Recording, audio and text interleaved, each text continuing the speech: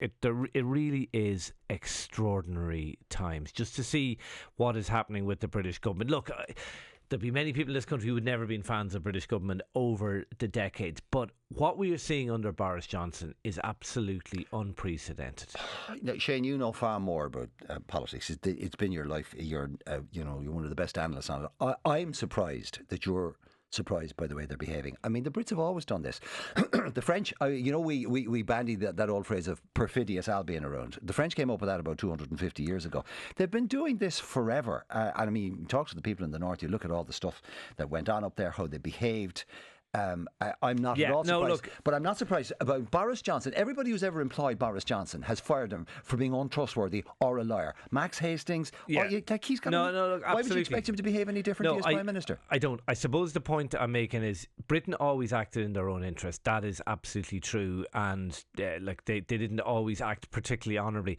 But up to now, they always stuck by international agreements. They always played by the rules of international diplomacy. Yeah, because they were making the rules, so the rules benefited them. No. They weren't. The last 100 years, they weren't making the rules, and they stuck to them. And if they did a deal, they stuck to them. Now they are breaking deals that they set. Like for example, on the protocol, they are breaking a deal and trying to welch on a deal that they did 6 months ago. That is absolutely, in post-war diplomacy, that is absolutely unprecedented. And yes, you're absolutely right. It is down to one man. It is down to Boris Johnson. But it doesn't make it any better, and it makes it really, really difficult to do business with them. I have to say, the Irish government and the Department of Foreign Affairs and our diplomacy have played an absolute blinder, because they've completely outflanked the Brits on this in the way Joe Biden. I mean, what Joe Biden did and Joe Biden's team issuing that rebuke to the UK was pretty extraordinary, given that relationship as well.